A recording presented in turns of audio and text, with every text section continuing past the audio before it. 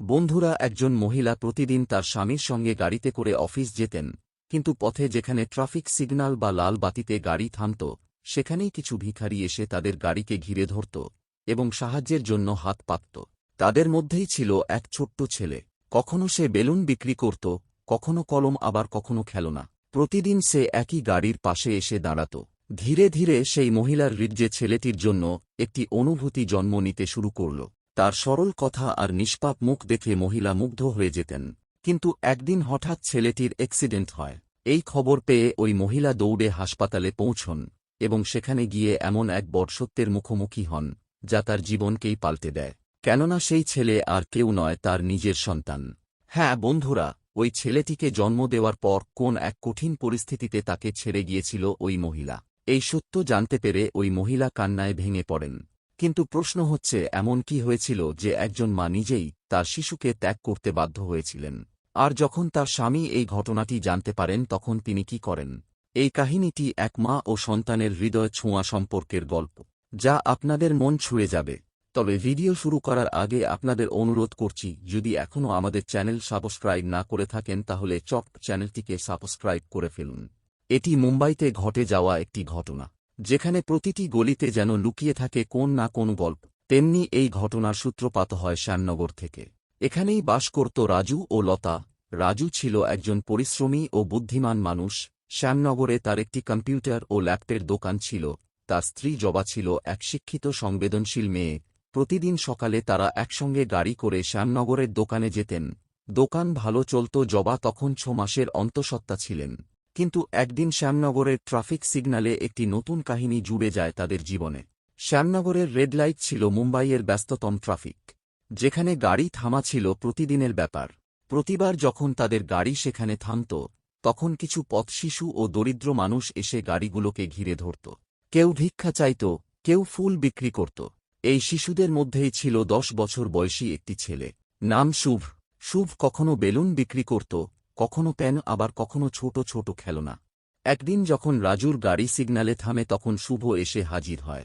তার হাতে ছিল রংবেরঙের বেলুন। সে জবার দিকে তাকিয়ে বলে, আন্টি বেলুন নিন, খুব ভালো বেলুন। জবা মুচকি হেসে বলল, আমি বেলুন নিয়ে কি করব? শুভ মিষ্টি সুরে বলল, আন্টি, আপনার বেবিকে দিয়ে দেবেন। জবা হেসে বললেন, আমার বেবি তো এখনো জন্মায়নি। কিন্তু ছেলেটির সরলতা দেখে জবার মন গলে গেল। তিনি জিজ্ঞাসা করলেন, তোমার নাম কি? ছেলেটি উত্তর দিল, আন্টি, আমার নাম শুভ। এরপর তিনি তার মাথায় হাত বুলিয়ে দিলেন এবং 2টো বেলুন কিনলেন। সে খুশি হয়ে অন্য গাড়ির দিকে চলে গেল। এরপর সিগন্যালের বাতি সবুজ হয়ে গেল। রাজু গাড়ি চালিয়ে এগিয়ে গেল। কিন্তু জবার চোখ তখনও শুভর দিকেই ছিল। এই দিনটার পর থেকে শুভ আর জবার দেখা প্রায় নিয়মিত হতে লাগল ওই জায়গায়। এভাবেই ধীরে ধীরে শুভ আর জবার মধ্যে এক অদ্ভুত বন্ধন তৈরি হল। শুভর সরলতা, নিষ্পাপ মন আর কঠোর পরিশ্রম জবার খুব ভালো লাগত। কিন্তু সীমার মনে ভোলার প্রতি যা জন্ম নিচ্ছিল তা কেবল সহানুভূতি নয়, তা যেন ছিল অজানা একটা বন্ধনের মতো। এরপর একদিন যখন জবার গাড়ি সিগন্যালে থামে, তখন জবার চোখ শুভকে খুঁজতে থাকে। সে চাইছিল গাড়িটা একটু থেমে থাকুক আর আজও শুভর সঙ্গে দেখা হোক, কিছু কথা হোক। কিন্তু সেই দিন শুভ কোথাও ছিল না। জবার মন অস্থির হয়ে উঠল। ঠিক তখনই কয়েকজন ছোট ছোট বাচ্চা দৌড়ে এসে ওদের গাড়ির পাশে দাঁড়াল।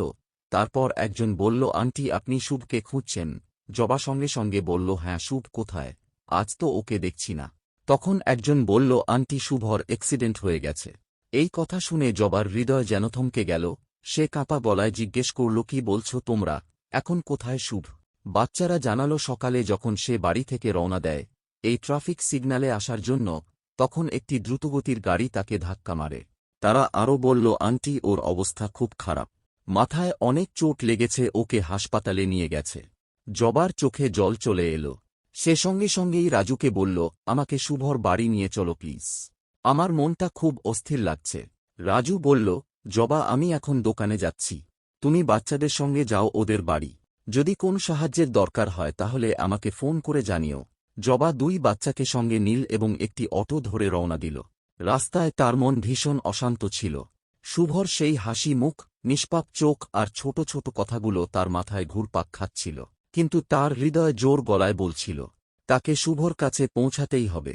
এরপর জবা সেখানে পৌঁছানোর পর দেখল একটা ছোট্ট ঝুপড়ির সামনে এক বৃদ্ধা কাঁদছেন। তিনি শুভর ঠাকুমা ছিলেন এবং জবা তাকে ভালো করেই চিনত। বৃদ্ধা মহিলা জবাকে দেখে অবাক হয়ে গেলেন। তিনি জবার কাছে এসে হাউমাউ করে কেঁদে বললেন, আমি তোর ছেলেকে বাঁচাতে পারলাম না জবা। এই কথা শুনে জবার হৃদয় কেঁপে উঠল। কাঁপা গলায় সে জিজ্ঞাসা করল, শুভ কি আমার ছেলে? শুভর ঠাকুমা মাথা নেড়ে হ্যাঁ বললেন। এই কথা শুনে জবার চারদিক যেন অন্ধকার হয়ে গেল। সে চিৎকার করে উঠল, আমার ছেলে, আমি তো তাকে চিনতেও পারিনি। বন্ধুরা, শুভ আসলে জবারই ছেলে ছিল, যাকে সে বহু বছর আগে নিজের শাশুড়ির কাছে রেখে দিয়েছিল। জবার চোখের জল আর থামছিল না। সে বলল, আমি ওকে দেখতে চাই, আমাকে আমার ছেলের কাছে নিয়ে চলো। জবা আর শুভর এই কাহিনী পুরোপুরি বুঝতে হলে আমাদের ফিরে যেতে হবে 2005 সালে। তখন জবা কলকাতার বাসিন্দা, তার বয়স মাত্র 18। কলেজে পড়াকালীন সময় জবা এক ছেলেকে ভালোবেসে ফেলে, যার নাম ছিল বিক্রম। কিন্তু তার পরিবার এই সম্পর্ক মানতে রাজি হয়নি। জবার বাবা মা জবাকে অনেক বুঝিয়েছিলেন, কিন্তু সে বিক্রমকে নিয়ে আদালতে গিয়ে বিয়ে করে নেয়। বিয়ের 1 বছর পর অর্থাৎ 2006 সালে জবা ও বিক্রমের ছেলে শুভর জন্ম হয়। কিন্তু খুব শীঘ্রই তার স্বামী এবং শ্বশুরের আসল চেহারা তার সামনে আসে। বিক্রম ছিল এক গ্যাংস্টারের ছেলে এবং সে অপরাধ জগতের সঙ্গে যুক্ত ছিল। জবা অনেকবার তাকে ভালো পথে ফিরিয়ে আনার চেষ্টা করেছিল, কিন্তু 2007 সালে বিক্রম ও তার বাবাকে তাদের শত্রুরা খুন করে ফেলে। এরপর জবা একেবারে একা হয়ে পড়ে। তখন তার একমাত্র ভরসা ছিল তার ছেলে শুভ। এই সময় তার বাবা মা হঠাৎ করে তার কাছে আসেন।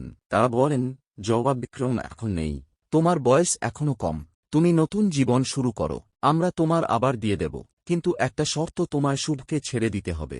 জবা এই প্রস্তাবে রাজি হয়নি, কিন্তু পারিবারিক চাপ আর সমাজের ভয়ে শেষমেশ শুভকে নিজের শাশুড়ির কাছে রেখে আসে জবা। কিছুদিন পর তার বাবা মা তার বিয়ে ঠিক করেন রাজু নামের এক ভালো ছেলের সঙ্গে। রাজু ও তার পরিবারকে জবার আগের জীবন সম্পর্কে কিছুই জানানো হয়নি, কিন্তু জবা তার ছেলে শুভকে কখনো ভুলতে পারেনি। এদিকে শুভর জীবনে এক বিশাল ঝড় নেমে আসে।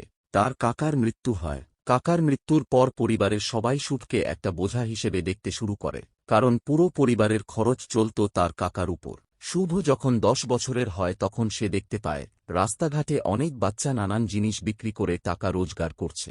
তখন শুভ নিজের ঠাকুমার পাশে দাঁড়াতে চেয়ে বেলুন, কলম আর খেলনা বিক্রি করতে শুরু করে। ঠাকুমা প্রথমে বাধা দিলেও শুভ বলেছিল, ঠাকুমা, আমি জিনিস বিক্রি করে টাকা উপার্জন করব আর তোমায় দেব। এভাবেই শুভ শ্যামনগরের সিগন্যালের পাশে জিনিসপত্র বিক্রি করতে শুরু করে। বন্ধুরা, এই ছিল জবা আর শুভর অতীতের গল্প। এবার ফিরে আসি বর্তমানের গল্পে। জবা আর শুভর ঠাকুমা তখনই হাসপাতালে পৌঁছে গেলেন। এদিকে রাজু জবাকে ফোন করল। জবা বলল, রাজু, একটা ছোট ছেলের অবস্থা খুব খারাপ, আজ আমি দোকানে যেতে পারব না। সে বলল, জবা, দিল্লিতে প্রতিদিনই এমন দুর্ঘটনা হয়, তুমি এত ইমোশনাল হচ্ছ কেন? কিন্তু জবা কিভাবে বলবে ওই ছোট ছেলেটাই তার নিজের ছেলে? এভাবে 2 দিন কেটে গেল। তৃতীয় দিনে ডাক্তারেরা জানালেন শুভর এবার জ্ঞান ফিরে এসেছে। জবা দৌড়ে ছুটে গেল তার পাশে। শুভ, সে বলল, আন্টি, আপনি এখানে? জবা তখন বলল, আন্টি না, আমি তোমার মা। সে শুভর কপালে হাত বুলিয়ে দিল, তবে ডাক্তাররা শুভকে বেশি কথা বলতে নিষেধ করলেন। এদিকে রাজু খুবই চিন্তায় পড়ে গেল। সে অবশেষে কিছু পথশিশুর কাছ থেকে ঠিকানা জেনে সোজা হাসপাতালে চলে এল। সেখানে গিয়ে সে পুরো সত্যিটা জানতে পারল। রাগে দুঃখে তার চোখ জ্বলছিল। সে জবাকে বলল, তুমি আমাকে ঠকিয়েছ, তুমি তোমার অতীতের এত বড় সত্যিটা আমার থেকে লুকিয়েছিলে। আজ থেকে আমাদের সম্পর্ক শেষ। জবা চুপ করে সব শুনে গেল। এরপর যখন শুভ হাসপাতাল থেকে ছাড়া পেল, তখন সে শুভ আর তার ঠাকুমাকে আবার শ্যামনগরে নিয়ে গেল। কিন্তু 15 দিন পর রাজু তার মাকে নিয়ে শ্যামনগরে এসে হাজির। জবাকে দেখে রাজু আবেগপ্রবণ হয়ে পড়ল। তখন রাজুর মা বললেন, জবা, কেঁদো না, তুমি আর শুভ দুজনেই আমাদের বাড়ি চলো। জবা বলল, মা, ভোলার ঠাকুরমাও আমাদের সঙ্গে যাবেন। এরপর জবা, শুভ আর তার ঠাকুমা রাজুর বাড়িতে চলে আসে। এরপর 2 মাস পর জবার আরেকটা ছেলে সন্তান জন্ম হয়। আর আজ 2025 সালে শুভর বয়স 18 বছর পূর্ণ হয়েছে। সে পড়াশোনার পাশাপাশি রাজুর দোকানেও সাহায্য করে। তার ছোট ভাইয়ের বয়স 7। পুরো পরিবার এখন সুখে শান্তিতে বসবাস করছে। বন্ধুরা, এই ঘটনা আমাদের শেখায় মা আর ছেলের সম্পর্ক কতটা গভীর। যদি এই কাহিনীটি আপনার হৃদয়ে ছুঁয়ে যায় তবে দয়া করে ভিডিওটিকে লাইক করুন। আর নিজেদের নামে যদি গল্প শুনতে চাও তাহলে কমেন্টে তোমাদের নাম লেখ।